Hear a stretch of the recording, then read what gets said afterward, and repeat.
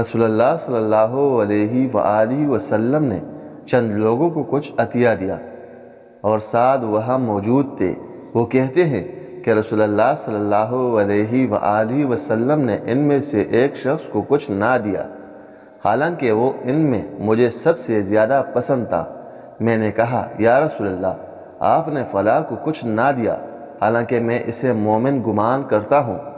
آپ صلی اللہ علیہ وآلہ وسلم نے فرمایا، مومن یا مسلمان؟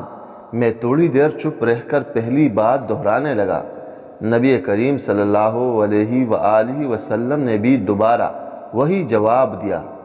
پھر آپ صلی اللہ علیہ وآلہ وسلم نے فرمایا کہ اے سعد، باوجود یہ کہ ایک شخص مجھے زیادہ عزیز ہے، پھر بھی میں اسے نظر انداز کر کے کسی اور دوسرے کو اس خوف کی وجہ سے یہ مال دے دیتا ہوں کہ وہ اپنی کمزوری کی وجہ سے اسلام سے پھر جائے اور اللہ اسے آگ میں اندھا ڈال دے۔